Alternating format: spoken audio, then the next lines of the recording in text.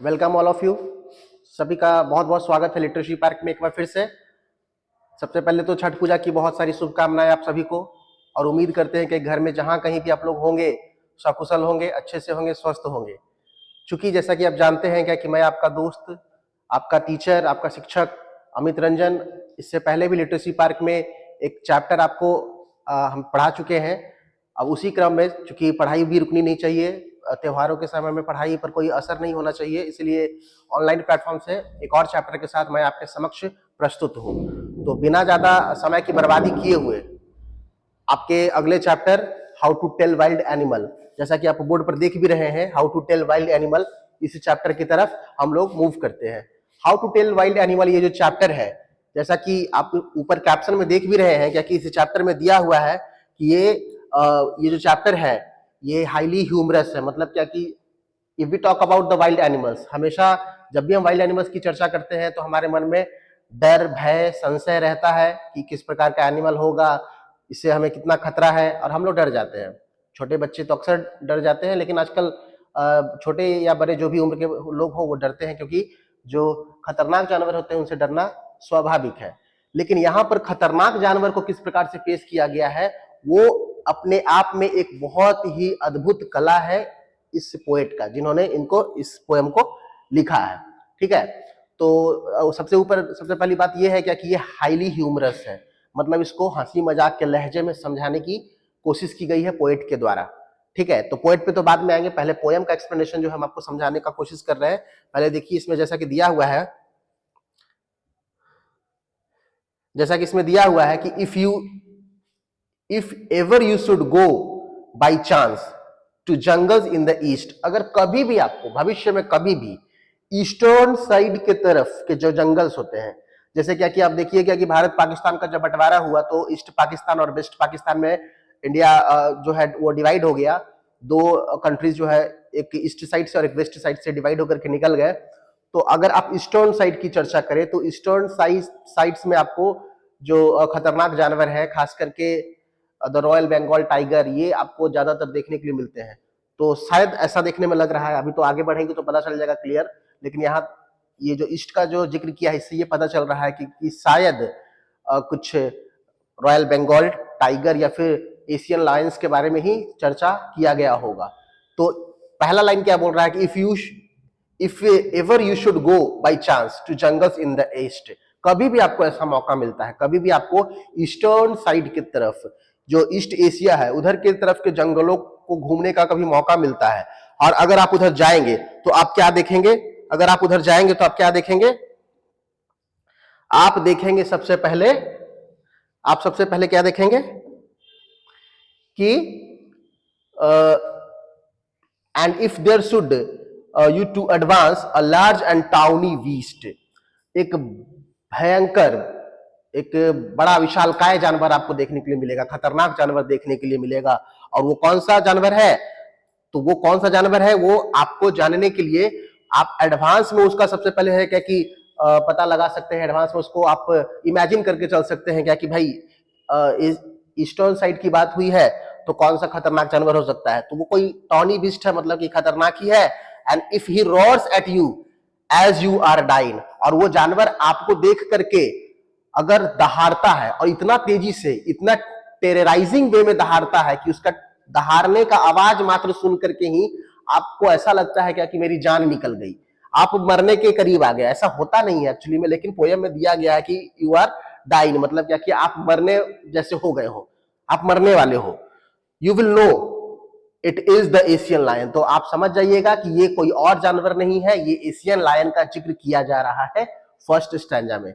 देखिए कितना easy stanza था, सीधे बताया जा सकता था क्या कि हाँ फर्स्ट स्टैंजा में एशियन लायन के बारे में जिक्र किया जा रहा है, लेकिन पोएट ने क्या किया कि इस पूरे लाइन को इस प्रकार से ह्यूमरस वे में बता दिया, इतना घुमा दिया कि अगर आप ईस्टर्न एशिया में कभी भी कहीं जाइएगा घूमने के लिए और कोई ऐसा जानवर आपको मिलेगा जो कि एडवांस में आपका स्वागत करने के लिए वहां पर तैयार है, वो खतरनाक जानवर है और वो आपको देख करके दहाड़ता है, और उसके दहाड़ मात्र से ही आपको ऐसा लगता है क्या कि हाँ मेरी जान निकल गई, तो आप समझ जाइएगा कि ये कोई और नहीं, ये एशियन लायन है। यही इस फर्स्ट स्टैंजा का सार है, एक्सप्लेनेशन है, समरी है। अब आ जाइए बिना टाइम वेस्ट किए हुए इसके पोएटिक डिवाइसेस की तरफ आ जाइए। इसके पोएटिक डिवाइसेस की तरफ आ जाइए। तो पोएटिक डिवाइसेस में आप देखेंगे सबसे पहले कि फर्स्ट लाइन में आप देखेंगे कि कोई भी फर्स्ट लाइन में पंक्चुएशन मार्क नहीं दिया हुआ है। जब पंक्चुएशन मार्क कोई भी नहीं दिया हुआ है, इट मींस व्हाट कि यहाँ पर इंजॉयमेंट का जिक्र किया गया है। और इसके साथ साथ देखिए थर्ड लाइन में भी कोई पंक्चुएशन मार्क नहीं है, तो यहाँ पर भी इंजॉयमेंट का जिक्र किया गया है। अगर हम राइमिंग स्कीम के बारे में बात करें,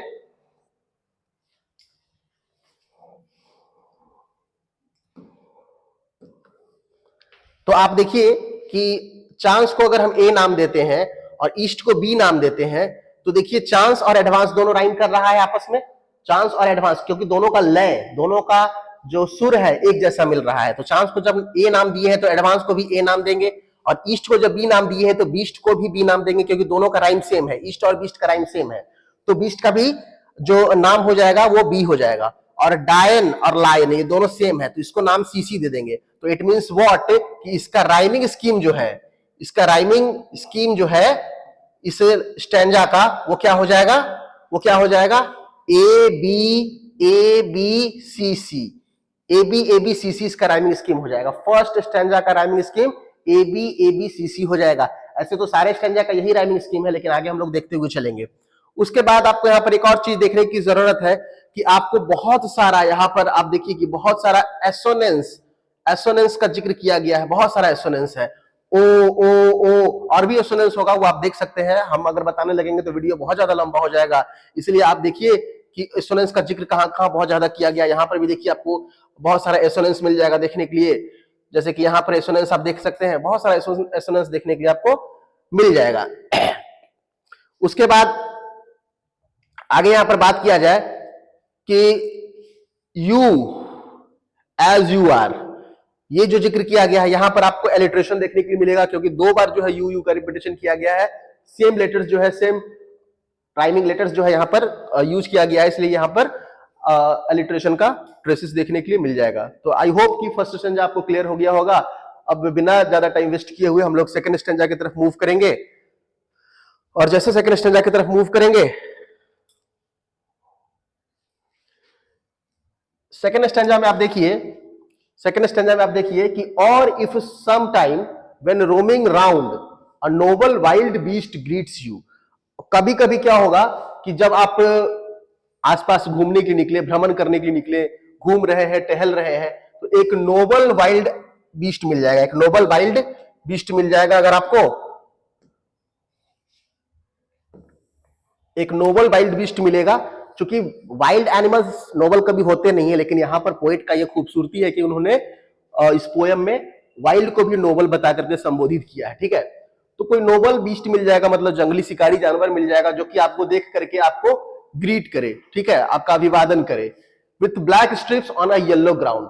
और वो उसके बॉडी पर क्या रहेगा भाई, तो ब्लैक स्ट्रिप्स रहेगा। अब आप इमेजिन कर सकते हैं कि ब्लैक स्ट्रिप्स वाला कौन कौन सा जानवर जंगल में पाए जाते हैं। तो ब्लैक स्ट्रिप वाला जो है कोई जानवर मिलेगा जिसका येलो ग्राउंड मतलब यहाँ पर क्या हुआ, ग्राउंड मतलब not that is the land portion, that is background. ये हो गया ग्राउंड मतलब बैकग्राउंड, ठीक है। तो येलो बैकग्राउंड के साथ येलो बैकग्राउंड वाला अगर कोई जानवर आपको मिलता है जो आपको देख करके ग्रीट करता है, just notice if he eats you, और आप नोटिस कीजिएगा क्या कि वो आप पर झपट्टा मारता है, आपको खाने की कोशिश करता है, आपको मारने की कोशिश करता है। दिस सिंपल रूल में हेल्प यू लर्न, तो ये एक सिंपल तरीका है जो कि आपकी मदद करेगा, आपको ये बात समझने में मदद करेगा कि the Bengal tiger to discern, the Bengal tiger to discern. Discern मतलब क्या होता है, यहां पर आइडेंटिटी होता है, इसका मतलब आइडेंटिटी होता है इसका मतलब, ठीक है। तो मतलब क्या, इस स्टैंजा को आप क्लियरली समझ रहे होंगे कि अगर आप कभी भटकते हुए जंगल में घूमते हुए या फिर अगल बगल ही कहीं घर के आसपास में घूमते हुए जा रहे हैं, अचानक एक नोबल प्रकार का नोबल वाइल्ड बीस्ट आपको मिल जाता है जो आपको देख करके ग्रीट कर रहा है, जिसका स्ट्रिप्स जो है येलो प्रकार का स्ट्रिप्स है, उसके बॉडी पर जो स्ट्रिप्स जो धारियां होती है वो येलो टाइप का है, और वो आपको देख करके जैसे आप उसको देखिएगा वो आपको क्या करेगा कि खाने की कोशिश करेगा, मतलब आप पर हमला करेगा। तो आप समझ जाइएगा कि भाई ये जो जानवर है जो मेरे पर हमला किया है, ये जानवर कोई और जानवर नहीं है, ये कौन सा जानवर है भाई? तो ये द रॉयल बंगाल टाइगर है। Got it?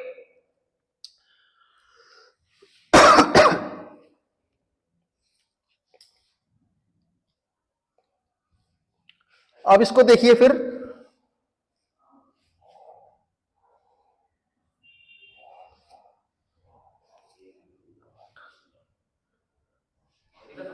अब इसको देखिए फिर, जैसा कि राइमिंग स्कीम आपको बताया था ऑलरेडी कि फर्स्ट का राइमिंग स्कीम जो था वही आगे का भी राइमिंग स्कीम है, लेकिन चलिए मिला लेते हैं क्या कि सच में जो फर्स्ट का राइमिंग स्कीम था वही आगे का भी राइमिंग स्कीम है या नहीं। आप देखिए, राउंड को अगर हम नाम ए देते हैं, अगर हम राउंड को अगर हम नाम ए दे रहे हैं, इसको अगर नाम हम ए दे रहे हैं और यू को नाम बी देंगे, तो राउंड और ग्राउंड देखिए क्या कि सेम राइम कर रहा है। राउंड और ग्राउंड राइम सेम कर रहा है, तो ग्राउंड का भी नाम ए हो जाएगा, यू है यहां भी यू है तो इसका भी नाम बी हो जाएगा। और लर्न और डिसर्न जो है वो दोनों सेम राइमिंग स्कीम है, सेम राइम दे रहा है तो सीसी हो जाएगा। मतलब इसका भी सेकंड स्टैंजा का भी राइमिंग स्कीम जो है वो क्या हो जाएगा?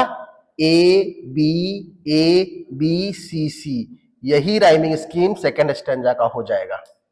ठीक है, इसके साथ साथ आप देखिए कि इसमें कहीं भी सिर्फ सेकंड लास्ट लाइन, इस लाइन को छोड़ करके और कहीं भी इंजैममेंट का ट्रेसेस नहीं है। मतलब कि सेकंड लास्ट लाइन में इंजैममेंट यहां पर दिया गया है।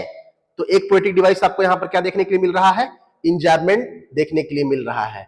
Got it? उसके बाद देखिए एक और चीज यहां पर देखने के लिए मिलेगा, ये है रोमिंग राउंड। रोमिंग राउंड क्या हो जाएगा बाबू? तो रोमिंग राउंड जो है वो एलिट्रेशन हो जाएगा। क्या हो जाएगा?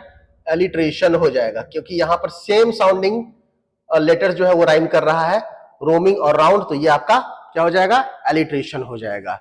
ठीक है, और एसोनेंस और कॉन्सोनेंस की जो बात है वो तो आप खुद से चेक कर लीजिएगा, खुद से आप निकाल सकते हैं, क्योंकि वीडियो बहुत लंबा हो जाएगा, इसलिए ज्यादा एसोनेंस कॉन्सोनेंस की तरफ हम लोग चर्चा नहीं करेंगे। उसके बाद फिर आगे थर्ड स्टैंजा की तरफ बढ़ते हैं।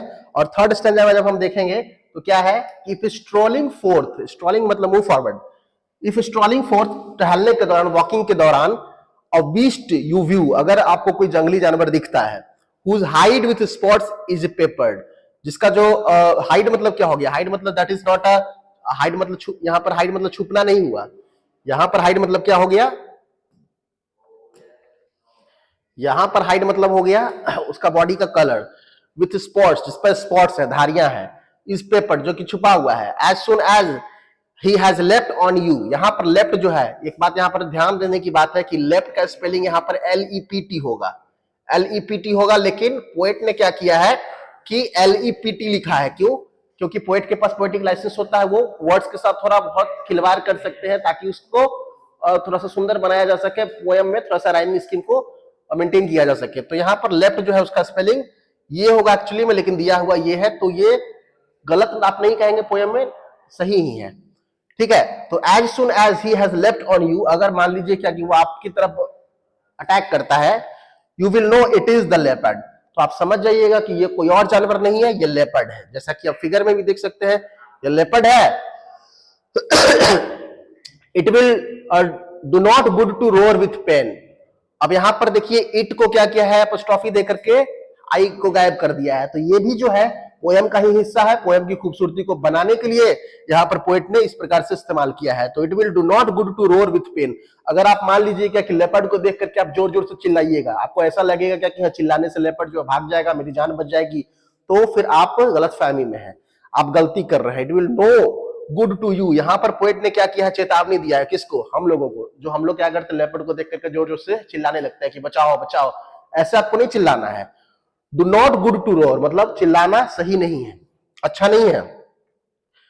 Do not good to roar with pain, he will only leap and leap again, अगर आप जितना चिल्लाइएगा, जितना ज्यादा चिल्लाइएगा, तो he will only leap and leap again. यहां पर लेप का स्पेलिंग फिर से हमने आपको क्या बताया? लेप का स्पेलिंग ये हो जाएगा LEAP, लेकिन LEP दिया हुआ है, पोएट ने पोएटिक डिवाइस का इस्तेमाल किया है और इस थोड़ा सा नयापन लाने के लिए ए को यहां पर हटा दिया है, तो एक्चुअली में स्पेलिंग ये होगा। तो he will only leap and leap again मतलब बार बार वो पर अटैक ही करेगा, अगर आप चिल्लाइएगा, अपने आप को बचाने की कोशिश कीजिएगा, तो ये बार बार आप पर अटैक ही करेगा। ठीक है, अब इसके साथ फिर से इसके और पोएटिक डिवाइसेस की तरफ हम लोग आते हैं। पोएटिक डिवाइसेस में आप देखेंगे कि यहां पर व्यू और यू, ये अगर इसका नाम ए दे रहे हैं व्यू का, तो यू का भी नाम ए देंगे, और पेपर का नाम अगर बी दे रहे हैं तो लेपर्ड का भी नाम बी देंगे, और पेन सी और अगेन सी। तो इसका मतलब ये हो जाएगा कि इसका भी rhyming scheme A B C हो जाएगा। तो मतलब कि ऑल द थ्री स्टैंजाज, जो तीनों स्टैंजा अभी तक हम लोगों ने पढ़ा है, तीनों स्टैंजा का राइमिंग स्कीम जो है वो सेम है, ए बी सी। ठीक है। इसके साथ साथ आपको एक और चीज देखने वाली बात है कि यहां पर ही हैज दिया है, और ये ही हैज क्या हो जाएगा, ये एलिट्रेशन हो जाएगा, क्योंकि सेम राइमिंग लेटर्स है यहां पर, तो ये एलिट्रेशन हो जाएगा। ओके। और लेप एंड लेप जो है ये रिपीटिशन है, ये रिपीटिशन है आपका। तो यहां पर आपका थर्ड स्टैंजा कंप्लीट होता है। एंड अब अगला 3 और स्टैंजा बच रहा है, इसको समझने के लिए आपको हमारा सेकंड पार्ट देखना पड़ेगा। फर्स्ट पार्ट में वीडियो बहुत ज्यादा लंबा नहीं हो जाए यहाँ, इसलिए यहाँ पर हम एंड कर रहे हैं। सेकंड पार्ट में इस पोयम का पूरा कंक्लूजन आपको देखने के लिए मिलेगा। Thank you so much.